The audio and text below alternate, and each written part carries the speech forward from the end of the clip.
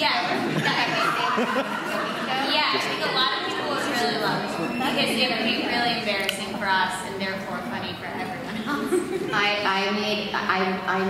One Thanksgiving I was making like this pie, and the recipe it was like a pecan pumpkin pie. So like the bottom layer is pumpkin and like the top layer is pecan. It's actually really great because for me when I eat pumpkin pie I like it, but like one slice I get bored. Like it's like the first couple bites is good and it kind of.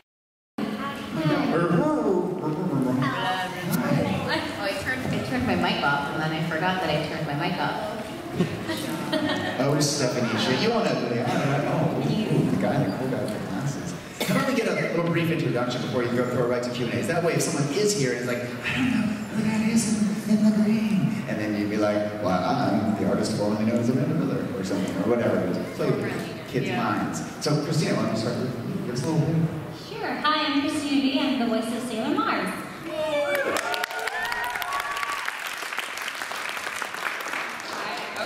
Okay. Hi, I'm Amanda Miller, and I'm the voice of Sailor Jupiter. I'm Sheh, I'm the voice of Sailor Moon. I'm Cherami Leigh, and I'm the voice of Sailor Venus. I'm Higgins, and I'm the voice of Sailor Mercury.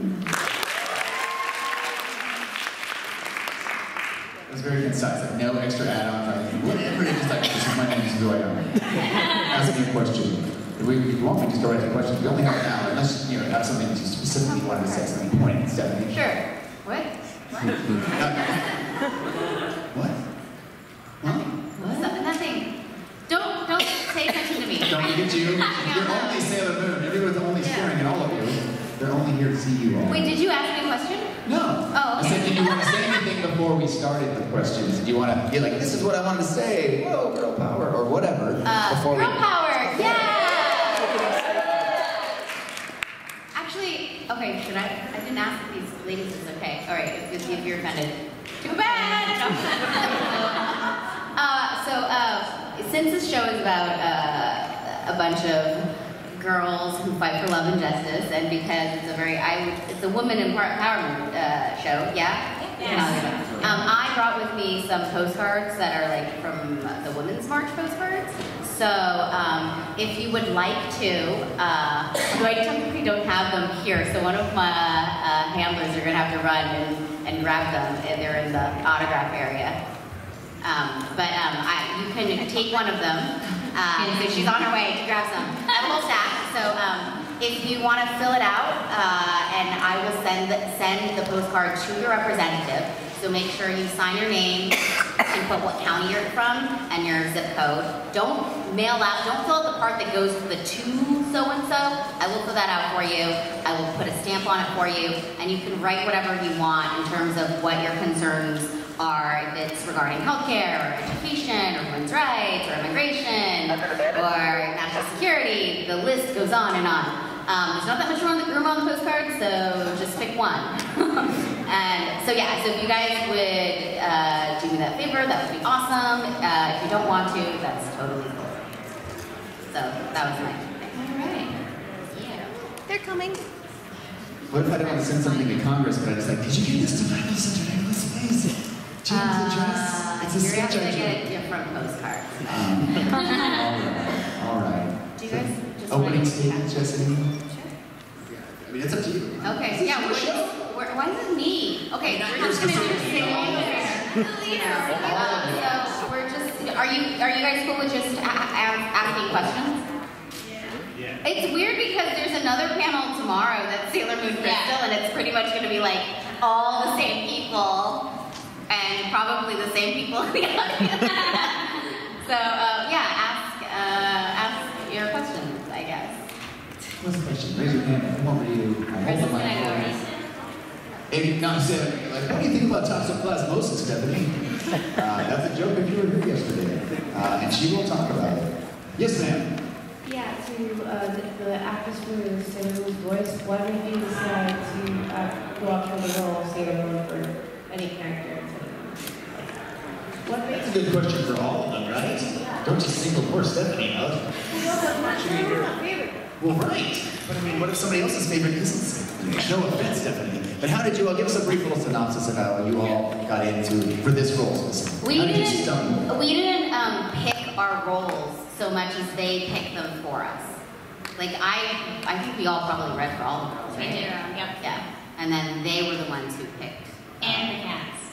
And Barrel. Yeah. Oh, wow. I don't think I read for Green Barrel. You didn't. I was like, please let me be anything. So I felt if I auditioned for Queen Barrel, maybe if they didn't like me for anything else, they might let me be a villain of the week. So that was my line. Let's go on. Sorry, that was the answer. That's right. No, that's right. You just walked in there and you're like, I'm Sailor Moon, give me the role. Yeah, not how it works. Did you guys get called back for it? No. I got called back for Luna and Sailor Moon. And when I was reading for Luna, Jamie, the director, or the casting director, asked me to do like the Luna voice but a little bit lower, and he was like, okay, that's great, perfect. Okay, bye. They called me back for Luna and Sailor Moon as well. I could not go to the callback because I was getting married 2 days later, so I was in Texas. So I recorded an audition. I know, yeah. So I sent in. Did you send in a callback? I sent in a callback, and so I figured I wasn't getting cast, but I guess they thought I sounded like Sailor Venus from either my Luna or my Sailor Moon audition. I have no idea, but maybe that was how they gauged it. They're like, how do they sound like a cat? How do they sound like Sailor Moon? Together, they equal a different Sailor Moon. Hey, did you have a callback? Do you remember? It's a long time ago. Lived since then. It's a long time ago, Kate. Everyone makes fun of my lack of memory skills. I did not have a call. I just am Sailor Moon. I was given the part. I did not audition. You didn't audition at all? No. Interesting. Jamie did ask me to. I have no idea. I never know when Kate is lying. Ever. She's a really good actor. You don't know what is the truth. I think one of the cool things about the way it was cast was Sheh from Viz told us that after, I guess, we sent in our initial auditions, they took our names off of them and then numbered like the finalists. So it was just audition number 1, audition number 2, audition number 3, and all that. And then they sent them over to Japan, where the creator of the show, Minako, Yeah. Who told you that? Sheh. Yeah. From Viz. The brand. Yeah, the top 5, they sent them over with no name so that it wasn't like, oh, we like this person, although the Japanese wouldn't know. They would be like, I love this American voice actor. But like the creator of the show, like listened to them, she's like, yes, that one, that one, that one. Like she picked us. So like whenever somebody was like, you're the worst, I'm like, tell that to the creator of the show.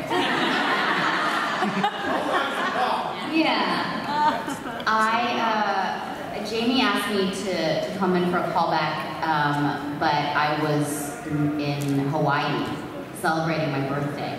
And I said, I can record here and send you a remote callback, just give me notes. And he was like, nah, it's fine. And so then I was like, great. Oh well. Yeah. From your phone, you can bring your whole rig. No, I never bring my rig anymore. I only audition for my phone. Yep, I've experienced that as well. But I auditioned for the first audition for Sailor Moon. I auditioned for all of them because I waited till the last minute because I was like, I don't feel like I could do the best audition day. But I procrastinated. I was like, it's due in a couple hours, and I was leaving to go to Texas for my wedding. So I recorded in my car on my phone. I wasn't driving, so I was just like car. And then they asked me if I could please send in the callback, and they're like, and if you could please record on anything other than the potato that you recorded. That's funny. Did you guys get told who you were playing prior to the walking in? No. Nope. Yeah, me neither. Yeah. In fact, I wasn't even told this was the original series. Me neither. And I did something that was like super embarrassing. Like as the first session, we're in there and we're like dubbing it, and I'm like, wow, they really made it look like the classic show. They kept the art style. And like, what are you talking about? I'm like, the animation looks like the original. We kept the original song. And they were like, that is the original. I'm like, Because at the time, all we knew was that we knew that Crystal was coming out, but we didn't know, they had never made any announcement that they were redubbing the classic series. They also didn't officially, when we got cast, at least I didn't get an official, like, understanding of, you will be doing Crystal. Right. Or you will be doing, they didn't tell us any specifics. Nope. Yeah. So like, even when we started working on the original, we were like, so are we doing Crystal? And they were like, they were like, we hope so, but we don't know. Yeah. There's a lot of that, or they'll go, no. That sounds like something Kate would do. That sounds like a Kate response. And I'd be like, I don't like what? No, but they actually know what they're talking about. I could be really like, I don't know, and I really don't. I want to start doing that. apparently Robbie got the entire cast list on accident. What? Yeah. How did you get the entire cast list? When they told him he was working on the show, somebody attached the entire cast list on accident. And he came in before recording it, and I was directing him in a movie called Fatima Inverted. And then he had, Robbie has mostly done original animation and other stuff, and so he's like, oh, this is really great, because I just booked a job on this, like, an anime show, and it's like a really big deal, like a big deal, like anime show, big deal, like kept like emphasizing what a big deal it was. So it's like, I'm really glad I'm like coming in to work on this right before, because I feel like I won't go into the dubbing thing so cold. I've just done it and just had all this experience, and I was like, okay. And because we all sent those NDAs where I was like, are you on that show where you had to sign the NDA and had to be available during Anime Expo to record it? Like, are you on that show? And he's like, yes. And I was like, okay. And I'm like, well, I guess I know who you're playing. That's like the only guy. And then he goes, and he looks at me and goes, do you know who you're playing? And I'm like, no. And then he goes, oh. And I'm like, do you know who I'm playing? and there was like this, kind of like this long pause. And he was like, no. Like, happy. And then, because I think he got all weirded out by the fact that I didn't know the NDA stuff. And then he thought it was a test. He revealed afterwards that he's like, I actually knew. But then I was like, I was afraid to say. And then he goes, it was an accident. You shouldn't have done I saw you at a session. Actually, that one session was your first session. Yeah, and I said I'm going. I hope this wraps on time, because it was a group record. I said I hope this wraps on time because I have another session that I have to go to at Studiopolis. And you were like, I have to go there too. And there was like a very quiet moment where we're like, are we working on the same thing? And then like the code was like Anime Expo. We're like, yes. I was like, will I see you at Anime Expo? And you go, yes. I was like, okay.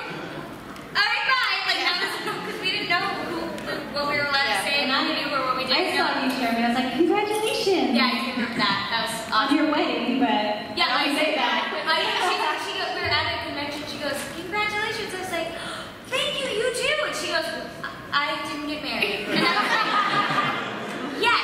It was like anytime anybody said congratulations, like quietly, I was like, they're in it too. So then it was like, I just got married, which was great, but then I was like, okay, are they congratulating me on my wedding, or are they in the show? Or like, thank you! Congratulations! Like, it became like my hello for people. With a question mark. This was the answer to one question. I am thoroughly impressed and happy with the Oscar. Yes, yeah. You got a lot of bang for your buck. Question back here. What's your greatest joy in playing the roles that you have now? What? Joy in playing the roles. What's your greatest joy in playing the roles that you have now? what's the greatest joy? The roles on this show? Yeah. The greatest joy playing this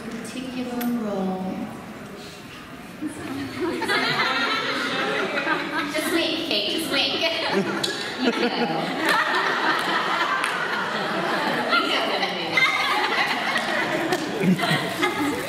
I mean, my greatest joy now is all coy. Well, my greatest joy is always the people that I work with. The director, Susie that directs us, is one of my favorite people, one of my really good friends. I hooked her up with her boyfriend that she's in love with, and now she wants to marry, and she had given up on love, and I said, I have the man for you. I knew who it was, and he was unavailable for several years, but I knew I had the person for you. And then they went on a blind date. And by the way, when I came in after you had that conversation, she was like, Kate's trying to set me up with like her friend, and I don't know, it's another guy. And now she's like, I owe you everything, Kate. I'm like, yeah, you do. Now hook me up. Actually, play matchmaker then. Yeah. I know souls. I know souls. So I never said I wasn't crazy. So that's the greatest joy in this role, is the people I get to work with. That's my answer. Next. I feel like this is like a Miss America pattern. Yeah. I think for me, it's been so cool and so surreal to be part of the first show that I was introduced to doing to be anime. This was my first exposure to anime, and so to get to work on that is very surreal, and also to be part of this huge family that's so supportive. It's really awesome. And then getting to see the young kids that their parents watch the show, and then getting to be their exposure to Sailor Moon, and getting to see these families that are uniting over this series, and saying, I love that they're strong role models for my daughter or for all of my kids to watch. I really, that's been really cool to get to relive that with a new generation of people. Being part of a show that is, I feel very blessed to be part of this production particularly because Viz has been like brave enough to have the show be in its like original form and not shy away from all of the themes in it, and I think that to me is it's very inspirational. And then when I see at conventions how it's inspired other people, it makes me feel very good inside. I grew up watching Sailor Moon, and Sailor Jupiter was my favorite character.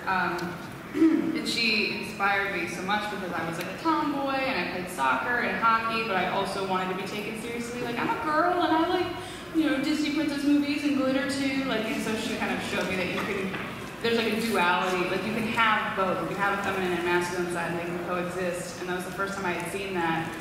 So she was my favorite. So it's one of those things where the year before I got booked in Sailor Moon, I had like one of the longest depressions of my life, where it was just like a year, and it never felt like things were gonna get better. I'm kind of just like, ugh, like life's just gonna be every day waking up. It's gonna be, there's no surprises, no whatever. And then I never in a million years would have thought I would book like my childhood hero. So that it kind of, every time I go into the studio, it kind of reminds me, hey, you never know what can happen, and never, I don't know, never give up on life or something like that.